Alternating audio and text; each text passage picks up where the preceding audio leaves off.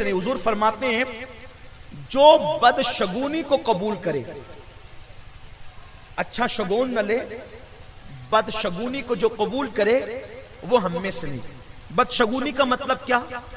ہم کسی کام سے جا رہے ہوتے ہیں، بلی نے رستہ کاٹ دیا تو ہم سوچتے ہیں کہ اب اپنا کام نہیں ہوگا، حضور فرماتے ہیں وہ ہم میں سے نہیں ہے، یہ تہمات پرستی ہے۔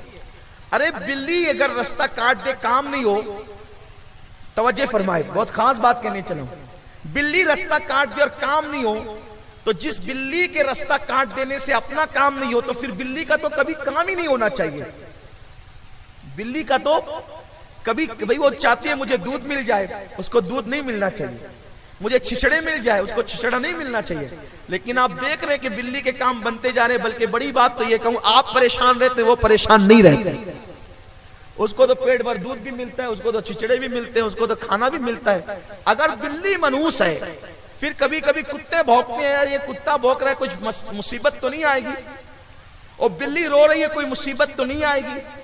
بدشگونی کبھی قبول نہ کرے۔ یاد رکھیں اللہ نے اگر آپ کی قسمت میں مصیبت لکھ دی ہے اس کو کوئی ٹال نہیں سکتا، اور اللہ نے آپ کی قسمت میں خوشی لکھ دی ہے اس کو کوئی چھین نہیں سکتا۔